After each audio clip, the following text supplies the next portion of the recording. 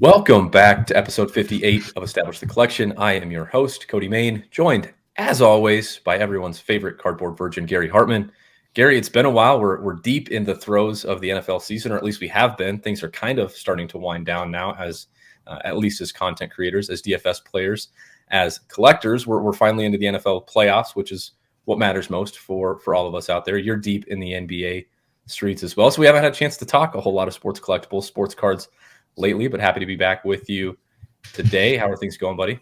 Yeah, happy New Year. We took, our holiday New Year, crazy sports time of year hiatus, but NFL winding down now that it's the playoffs. So my schedule should loosen up a little bit, which is nice for sure. Still working NBA like crazy, but I'm good. Excited for my Giants to play in the first playoff game since 2016 on Sunday. Going to go watch that game with my dad. I don't think I've ever not watch a Giant playoff game with my dad. So all exciting things in my life. How are things with you?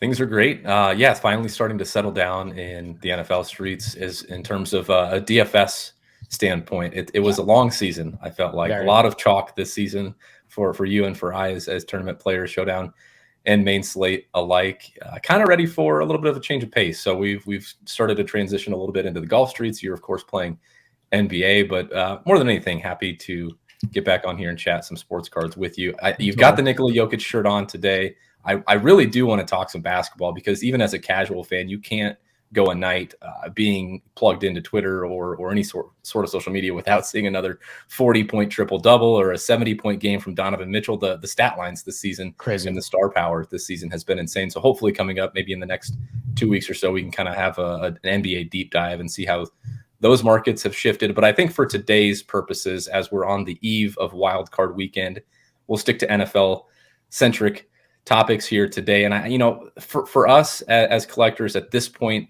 of the stage where we're at with the collectibles landscape, particularly in the NFL, I think we really keep it quarterback focused and quarterback centric here. These are the markets that will likely have the most to gain or most to lose over the next couple of weeks. Hopefully some of these guys that we have our eye on will make a run. But let's start there. Let's kind of go bracket style here through the NFL playoffs and just talk through some of these quarterbacks. Who has the most to gain? Who has the most to lose? How can we maximize these playoff windows as sellers and as buyers of sports cards? I'm going to start in the AFC with what I think is probably the most interesting sports card matchup, maybe of the entire playoffs. Yeah. The hair matchup between Justin Herbert and Trevor Lawrence in the 4-5 in the wild card in the AFC. Now, unfortunately, whatever this fake sharp, this donkey Brandon Staley was doing in Week 18, leaving his starters out there for as long as he did, it does dampen the expectations for offensive output a little bit because Big Mike Williams, king of the PSM, is not going to play in this game. That's unfortunate. Would love to see Justin Herbert in a playoff game with all of his weapons healthy. We're not going to get that, but it is Justin Herbert. It is Trevor Lawrence, two of the darlings of the hobby, two, absolute budding superstars on the field. What do you make of their card markets as we kick this off? Yeah, man, it's such a great point. And you mentioned the Mike Williams thing. I think it's a good place to start because the only thing holding me back from being very excited about Justin Herbert's first playoff start is Brandon Staley. I've been saying it all year in content and everything like that.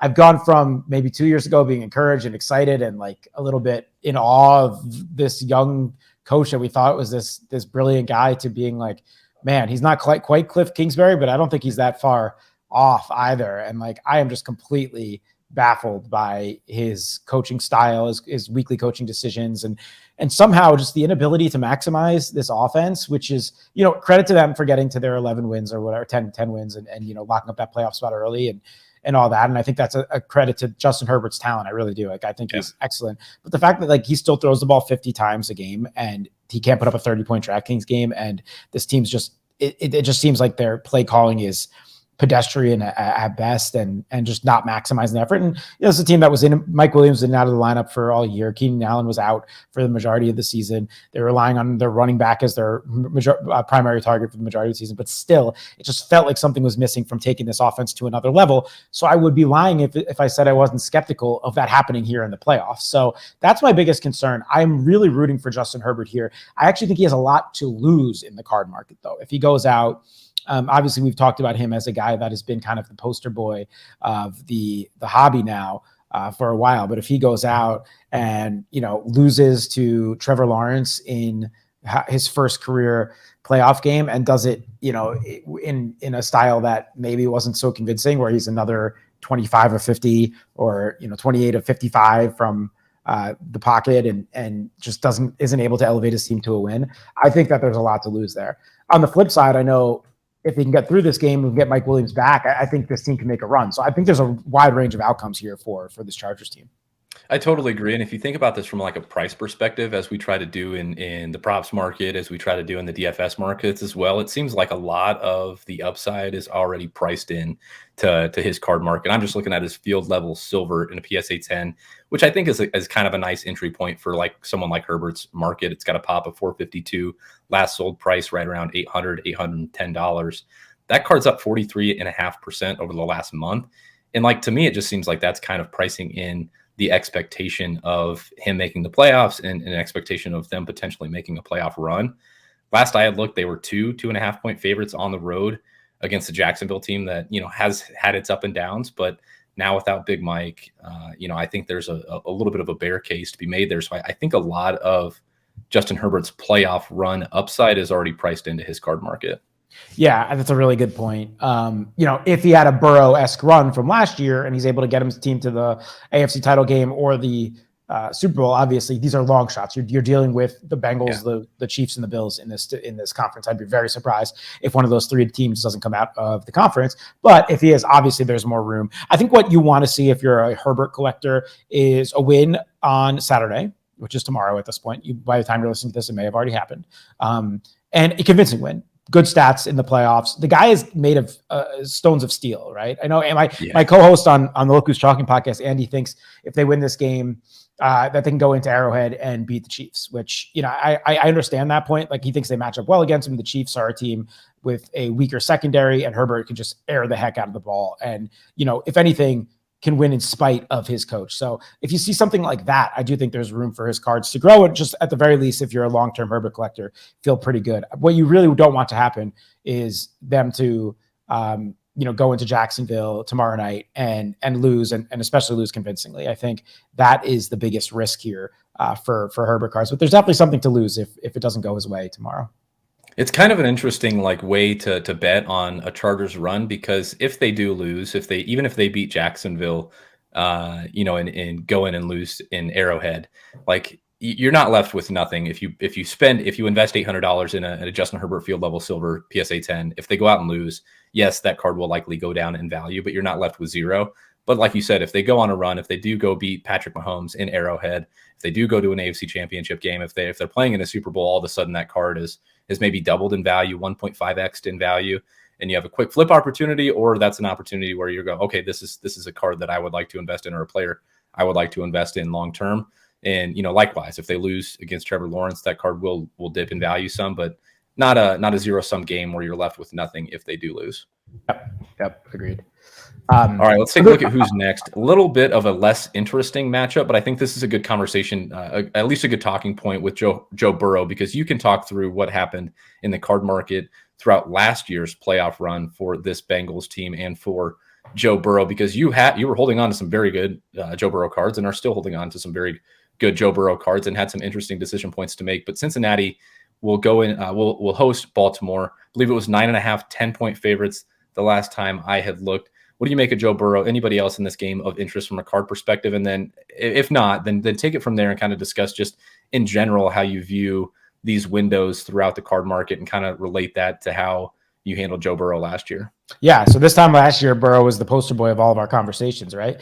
Obviously they went into the playoffs hot and then they made a major run right at this time last year. So his silver PSA Prism in the 10, his rookie, January 8th was a $3,500 card. That jumped up from about $800 from the end of the season. So it was like right around $2,800 to $3,000. So jumped up right when he entered the playoffs by $1,000. Okay, the market's still pretty hot around then.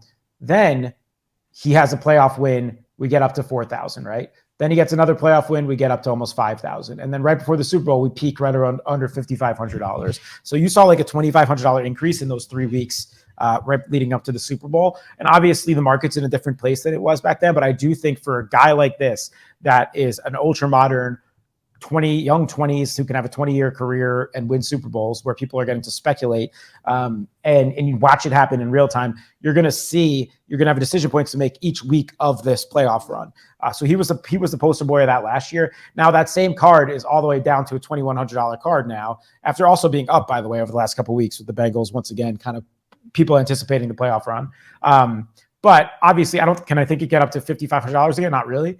But do I think that it can easily, climb right back up if they make another similar run? Absolutely. So it's just a great lesson in, don't be afraid to pull the trigger if, the Bengals all of a sudden find themselves in the AFC Championship again, leading up to that game. I wouldn't try to, let me hold off. Let me hope he wins the Super Bowl.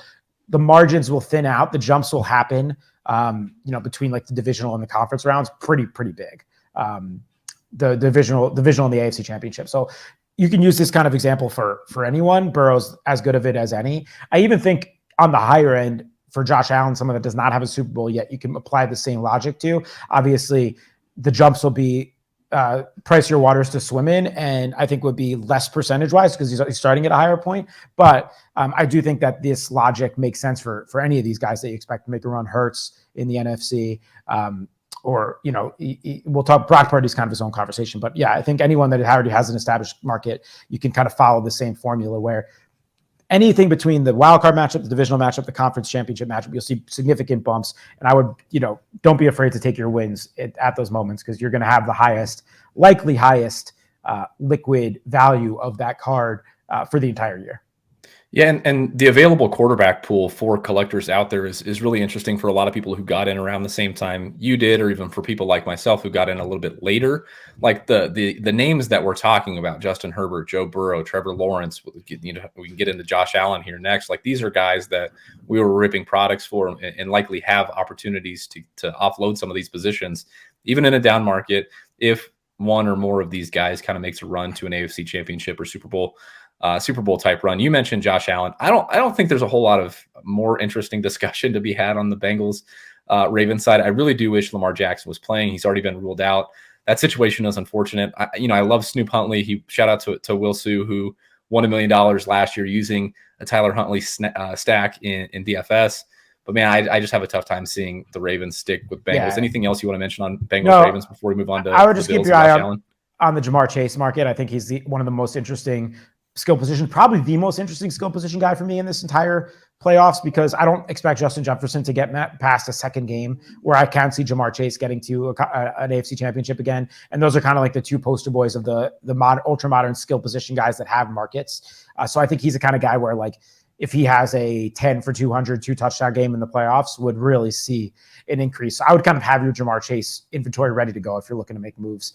He's just a guy that I think I'd keep my eye on for this. Yeah, and to that point, from the skill position market, we did see a huge delta on Cooper Kupp last year. People selling into the Super Bowl, after the Super Bowl. So there are markets for those guys if they do make a run and have a big impact on their team winning throughout that run. I do want to talk Josh Allen. I think this game is equally as uninteresting as the previous game we just talked about. But Josh Allen is an interesting conversation in his own right, because the market starts to get a little bit more expensive when you're talking about Josh Allen. That same field level silver PSA 10 that we just discussed for Justin Herbert is $1,700 card, but an 178 pop for Josh Allen. That card is up 5-6% over the last month. So we're seeing it in his market as well, from base all the way up to autograph stuff to silver refractors. His market is up anywhere from 5% all the way up to 35% over the last month or so. So it does seem like this is partially priced in for Josh Allen as well, and he takes on the AFC's number 2 seed in Buffalo. Yeah, it's priced in for now. I think where he can make a jump is getting to an actual Super Bowl. You'll see. Once people start, we've seen this with Mahomes throughout the last 4 or 5 years. Once people start really speculating on all-time greatness, which I think you and I would both agree, he could be in that conversation. He's still very young. He's in one of the best infrastructures in the whole sport, and he's as good of a chance as any of being in his first Super Bowl this year and potentially winning it. That's when you would see a jump here. We have seen, like any other market, between like 2 and 15% decrease over the last 3 months in a lot of his stuff, but it's still maintaining a pretty high floor. I'm looking at his silver rookie Prism auto and a PSA 10, which is a card I have. They're listing that at $5,100 card value right now. That's been floating around there for most of the season.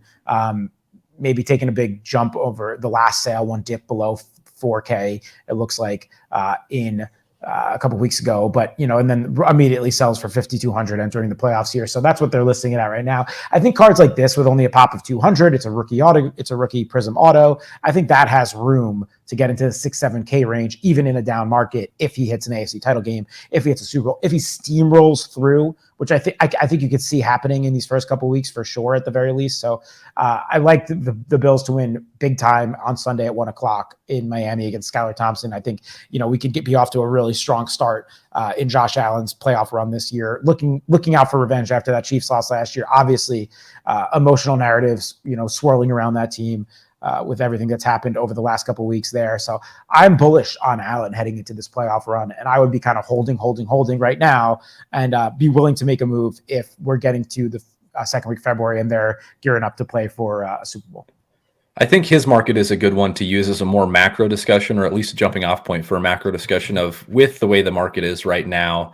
I brought up the premier level select card in a PSA 10. That was a $1,700 card. Would there be any reason for you to go below that type of range in this type of market? I know we've obviously steered away from the base stuff. We've even started to steer away from silver refractors, even in PSA 10, and kind of gone up to a little bit more mid-ish to high-end stuff. You brought up the rookie autograph.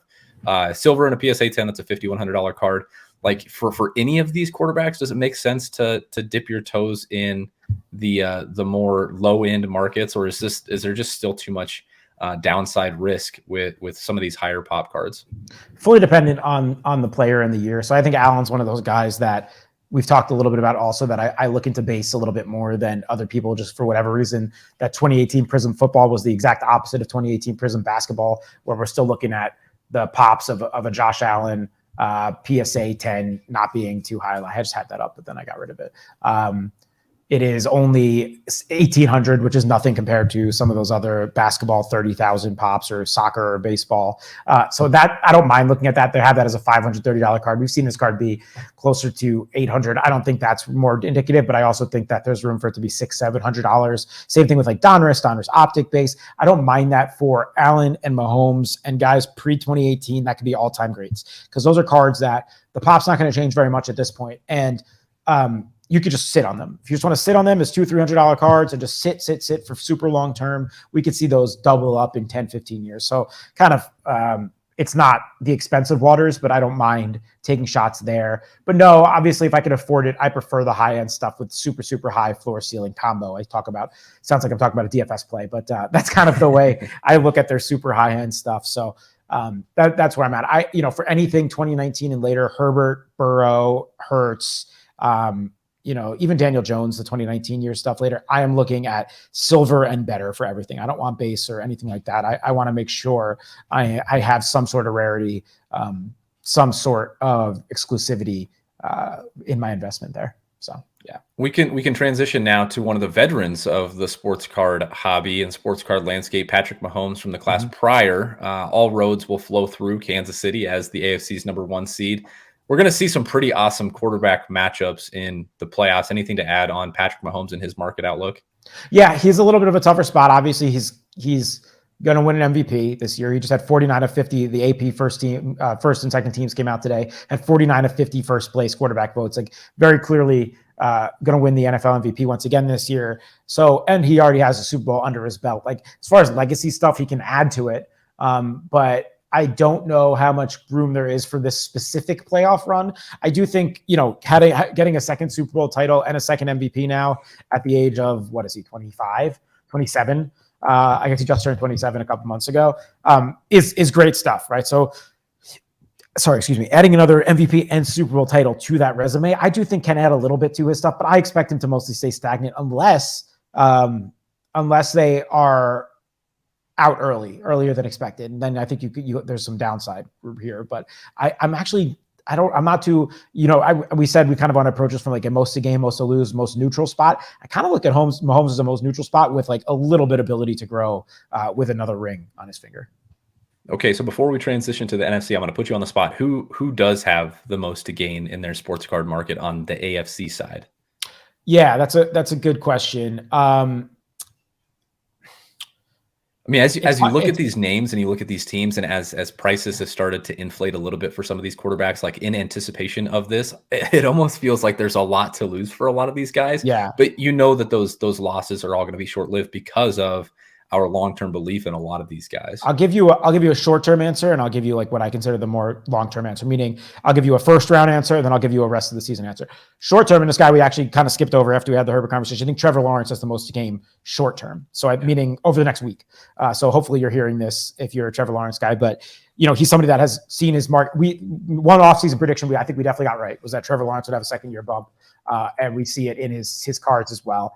Obviously, a lot of this stuff is still raw or not back from PSA or in general things like that. But Trevor Lawrence, just his silver raw prism base, we've seen up 45% over the last 2 weeks, 98% over the last month, 15% over the last 3 months. That's $150 card almost again raw.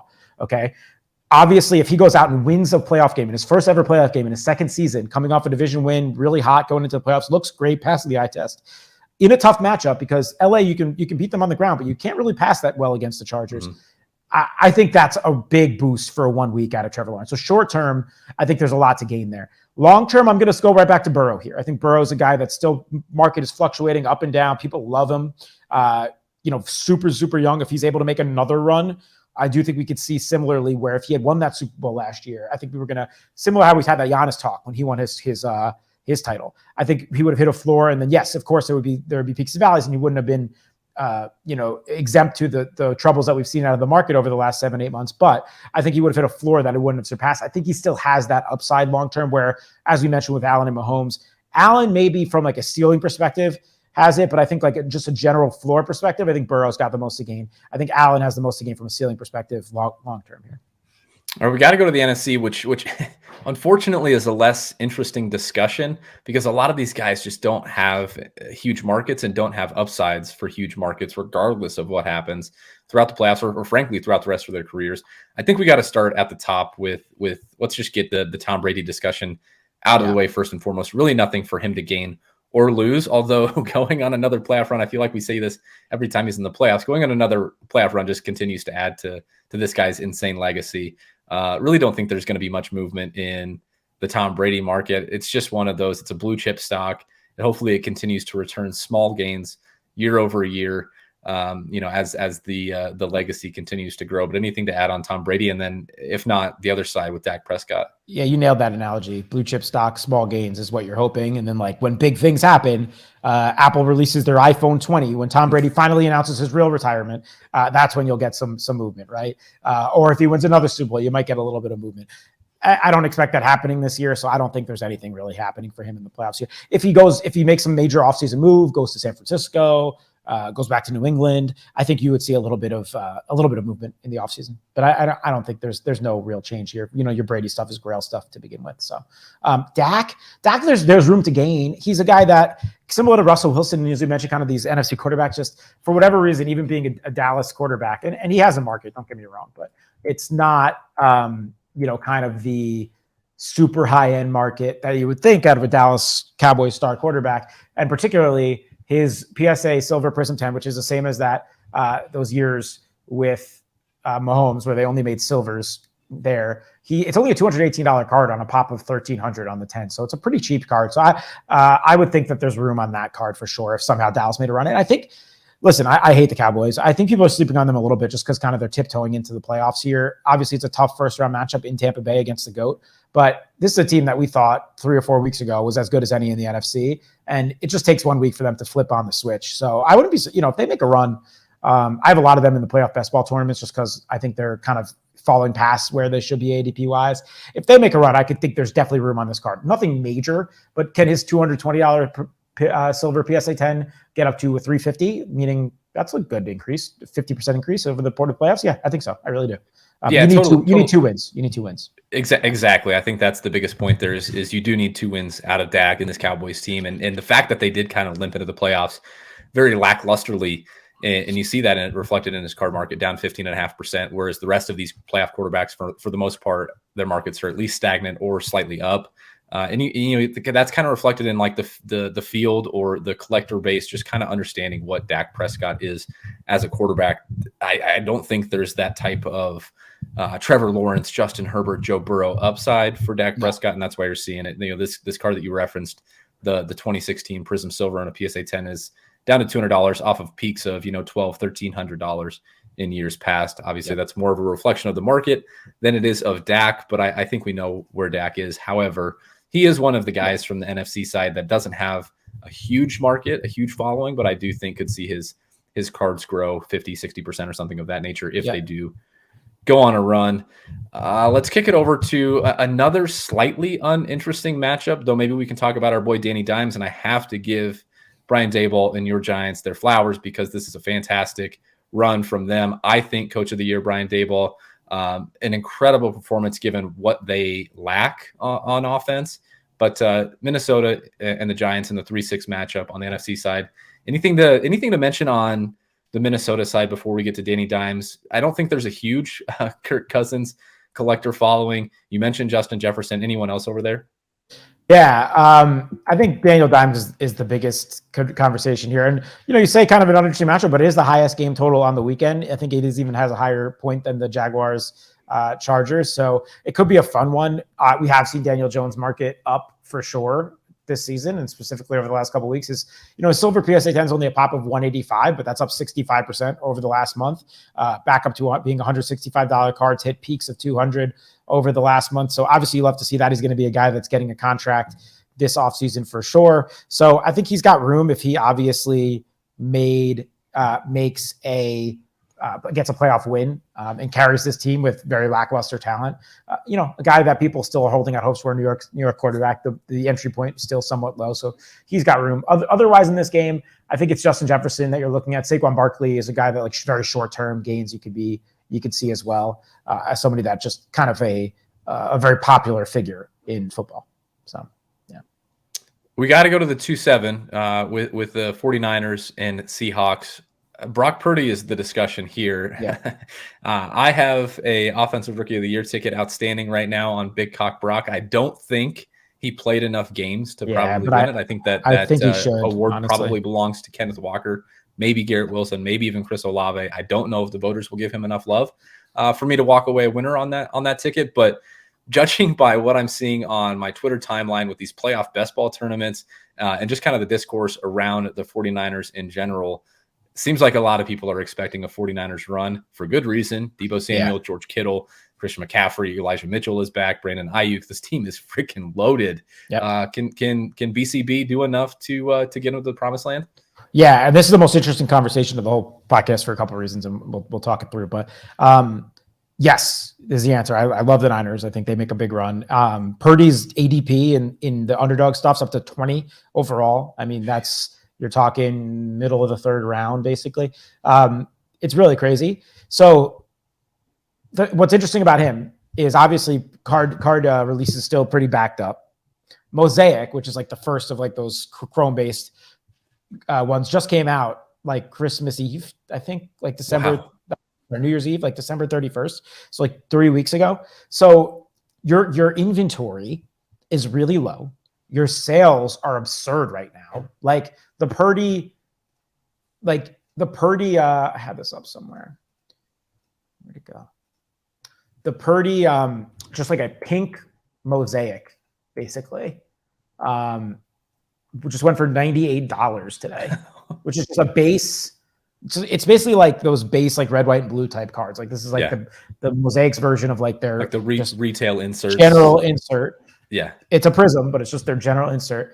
So his $98 card for just a general pink prism. So like you're talking like any rare stuff, any autos from any products that have been released so far, any absolute, doesn't matter, is going to have ridiculous upside. If you have any of this Brock Purdy stuff, I would be ready to pull the trigger on selling as the 49ers make a run. Obviously, what he's been doing is amazing. And I'm not even saying that if he goes out and makes a run and this is their quarterback of the future, which maybe it will be, that we shouldn't be investing in this guy. Maybe we should. But I want to wait for the good products to come out. Obviously in group breaks and stuff like that, if they went on a run, the 49ers, once Prism and Optic and all this stuff comes out, and National Treasures will be super high. I don't even know like how much of his cards have been produced, honestly, because like, is it the same amount as Kenny Pickett, for example? Like, I don't know how they work with that stuff for a 7th round Mr. Relevant rookie. So there could be some rarity here, but any Purdy stuff is going for crazy right now.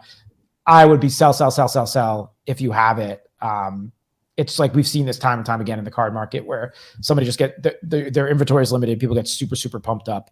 It deserves an auction, by the way. Hype deserves auctions. Everything you should be auctioning off all your Purdy stuff right now. I would not buy it now. Even on higher end stuff, I'd be auctioning it off. And I think he's super exciting because the Niners can make a run, as we said. So. Is this one of those things where you can run into your target, grab some hangers and blasters or whatever and rip them open? And if you've got a Purdy, you just made back your box plus, probably 2x double, or whatever. Yep. 100%. Exactly. Yeah. Yep. That seems like a great opportunity. I mean, at worst, you're going through and ripping some product from Target and having fun while doing it. But the fact that we have a Brock Purdy stuck hidden in those products, and they're like, I don't know, they were like plus 165 last I looked to make the Super Bowl. And really the only team they have to get through, of course, this is no sure thing, but they're 9.5 point, 10 point favorites this weekend.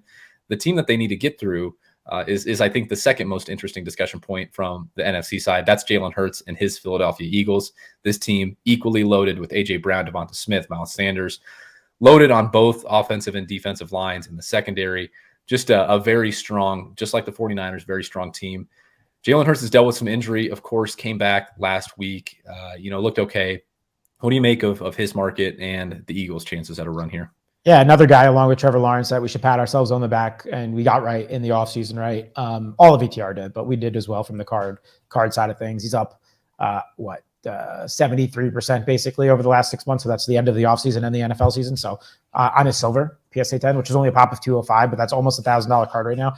Honestly, I think he needs a Super Bowl run or an NFC title run for that to make a huge leap at this point. I think it's all been baked into the MVP discussion, the regular season discussion, and he needs a big run. So I actually think there's only room for failure, or not room for failure, but most to lose here. I think I put him in that category. Obviously gets to an NFC title game. I think that evens right back out to most to gain, but you need that Super Bowl potential. So we'll see. Certainly, obviously, they've been the best team in the league for a lot of the season. So don't get me wrong. I think they could definitely do it. I think their biggest threats are the Niners that we just talked about, and then AFC teams in the Super Bowl. So, if he gets to that Super Bowl, there's a little bit to gain here, but it's baked in, I think, a lot of his cards. So yeah, the inverse of what's happening in the AFC, I think, is happening in the NFC, where like the prices of these guys are so short in terms of their odds to make the Super Bowl, because the NFC is a little bit weaker right now. That like for Purdy, for Jalen Hurts, the moment if it does happen, they lose, it does feel like the bottom could potentially fall out, because it's the expectation that they get there when you're looking at teams like Dallas and Minnesota and the Giants and the Seahawks on that side, and then all of a sudden you've got the Chargers and the Bengals and the Bills and the Chiefs on the other side. So it's a great point, actually. It does seem like for Purdy, especially the moment that they lose, if they lose this weekend, that bottom is going to drop out, because people are already questioning.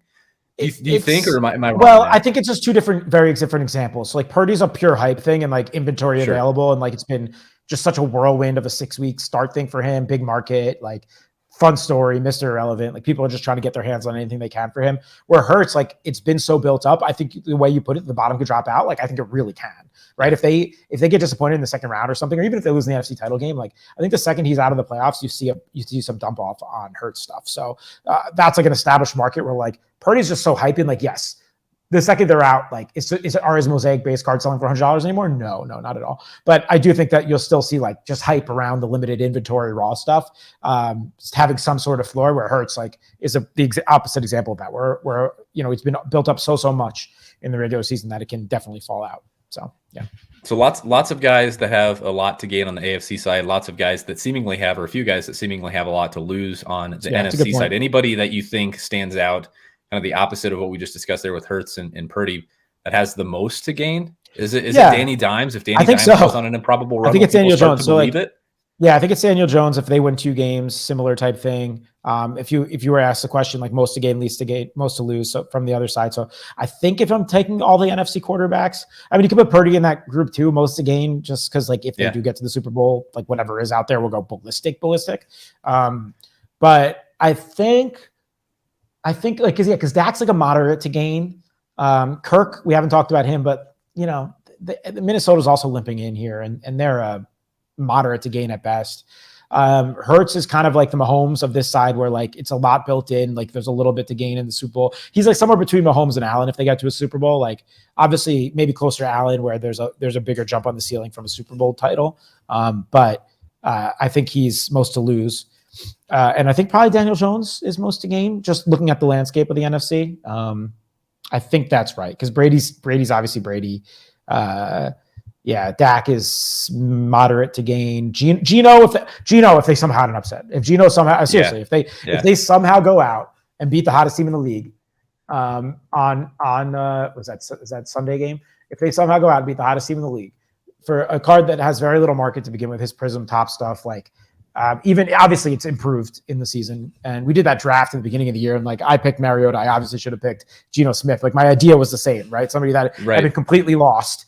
And just, hey, give them a chance to come back out. I'm trying to find some Geno data now, but he would be the guy that obviously has the actual most to gain. Someone that can win a game or two, though, has the most to gain. It's Daniel Jones. Yeah, for sure. Well, you know what? I'm going to be cheering for our Daniel Jones bags. I'll be cheering for you as a Giants fan, a long-suffering Giants fan. You finally have some optimism there with Brian Dable. Hopefully some optimism with Danny Dimes.